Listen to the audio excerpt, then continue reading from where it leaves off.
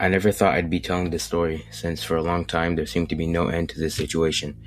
However, after some recent developments with my mental well-being, I am finally able to provide the world with this information I have been keeping to myself for nearly 3 years out of fear. For some context, my life has been hectic since I was a child.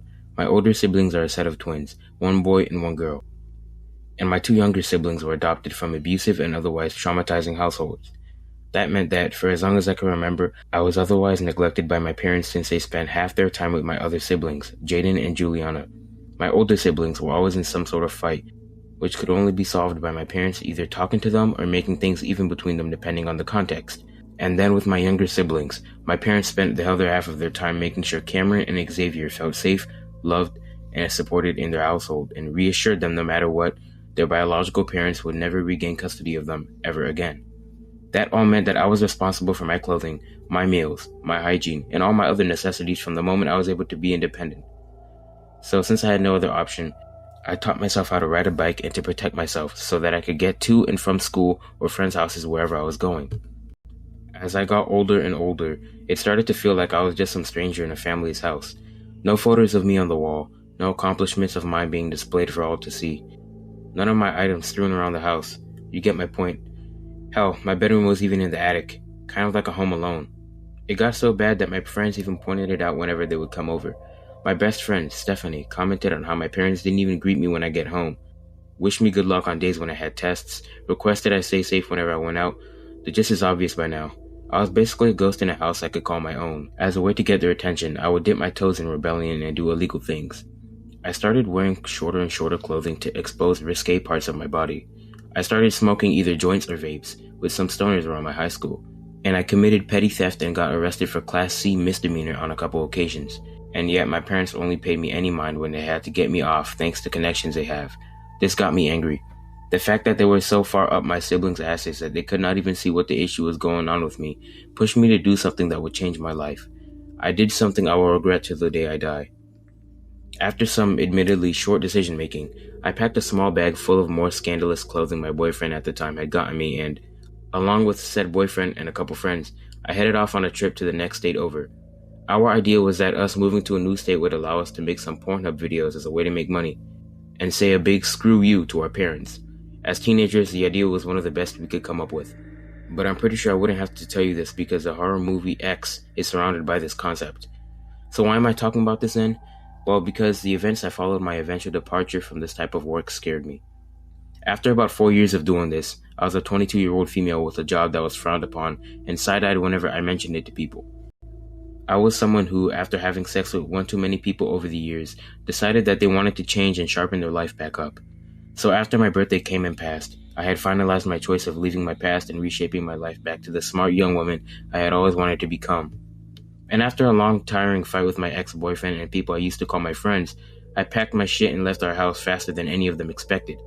I was finally freed from my past, or so I thought I was.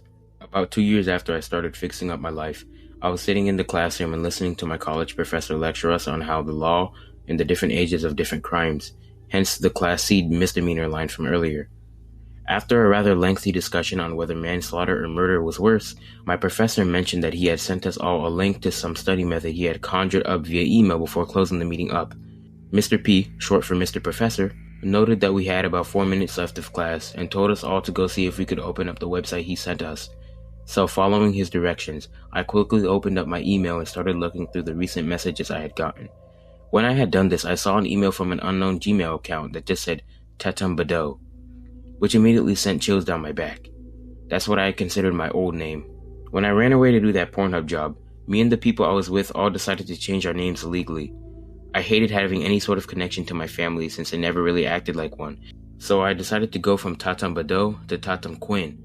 That meant that every legal document or document that I had written stated my last name as being Quinn.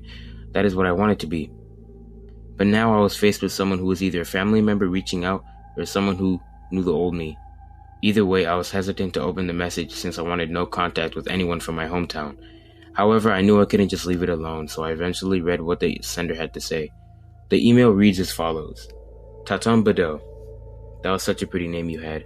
Connecting you to your French roots that in itself was connected to historians of great power, Blanche Monnier was an ancestor of yours, and yet you jumped out at the opportunity to no longer associate yourself with the people you once called mother, father, and brothers and sister. Why is that? Is it because you showed no attention, no affection, no nurture? Or was it because of something horrible you had done? Was it because you did something so vile that you felt like you could no longer live in Cheshire? Who knows? Well, except someone does know, you and me.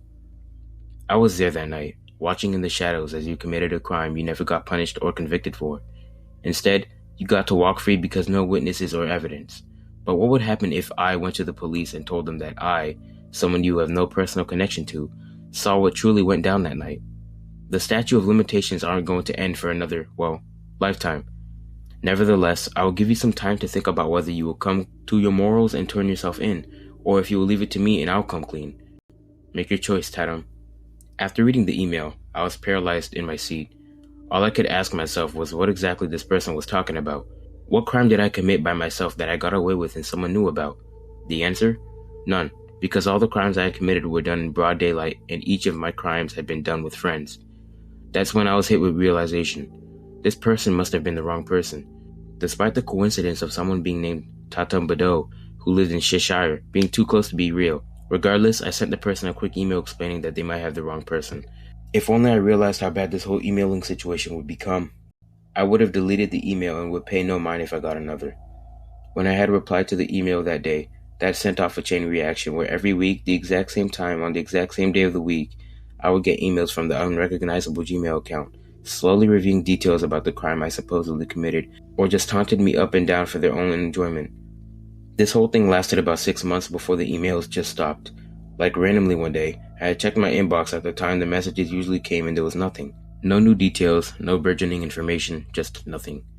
For the next week, I would constantly check my email each and every day. It would never be full of the messages I had gotten used to getting. To fill up that space, I would read one of the old emails again and write down one details every day. This is how the list looked by the time I was done. 1. The crime happened that night. 2. It was a crime without a statute of limitations. 3. It was a murder. 4. The perpetrator was with a companion that night. 5. The murder weapon used was a hatchet that had been stolen from a local fire department. 6. The hatchet was never found after the fact. 7. The teen who died that night was a local girl named Sophia who was widely hated by other teenagers in town. 8. The unknown sender was the only witness to the murder. 9. Sophia's body was moved from the scene and hasn't been seen since. And 10. My family were still blissfully unaware of my absence. I didn't need some anonymous person telling me to understand that no one I once loved gave a flying duck about me no longer living with them.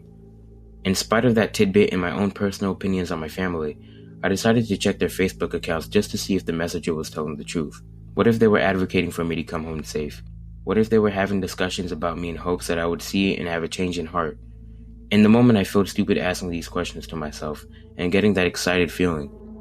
But I still searched their profiles up anyway. My mom's was the first one to catch my attention, so that was the first one I clicked on. I quickly took notice to the newest post of hers, celebrating different accomplishments from her children. I read through her caption. I read through the list swiftly. My older siblings were both 27, one married and one pregnant with their first child and one engaged. And my younger siblings were 18 and 17, respectively, with them both either graduating high school or being elected student council president. I admit, I had a good smile when reading through the various different triumphs until I reached the bottom. There it read, Anne Tatum, my beautiful angel who has opened our eyes over the years and taught us how to be better parental figures. What was she talking about? I hadn't rolled back into Cheshire since I left. Let alone I had any contact with my family. No messages, no letters, no phone calls, no form of contact in any capacity. And I hadn't noticed it before, but when I scrolled back up to the picture, I noticed something. There in the middle of all my siblings was someone who looked identical to me. The same long, straight brunette hair with all the highlights. The same piercing blue eyes I had. The same piercing I had gotten over the years. The same tattoo on the right arm. Everything.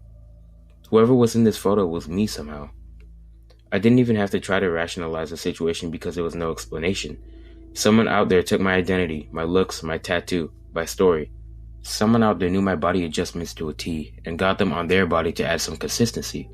That way, if I ever went to Cheshire, my parents wouldn't know if there was a difference between me and the unknown doppelganger. My first thought was that whoever sent me the emails was the one who became me. That would explain their aggression towards the idea of me changing my last name despite who it is connected to, and why they wanted to pin a crime they committed on me. The reason why they were the only witness is because they were the one to murder that girl, if even they murdered her at all.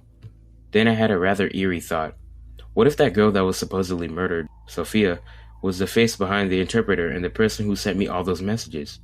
Sure, the prospect was crazy, but just stay with me for a second. I had gone to the police's website for my hometown and I had looked up Sophia, and nothing came up. No missing report or murder report. I had searched the internet for any articles with the girl. Again, no results. And the number the emailer had given me in case my email wasn't working one day was a 631 number, which came from a town close to Shishir. Either way, I knew I needed to go back home and check everything out for myself. However, I promised to update everyone with the end of this story soon.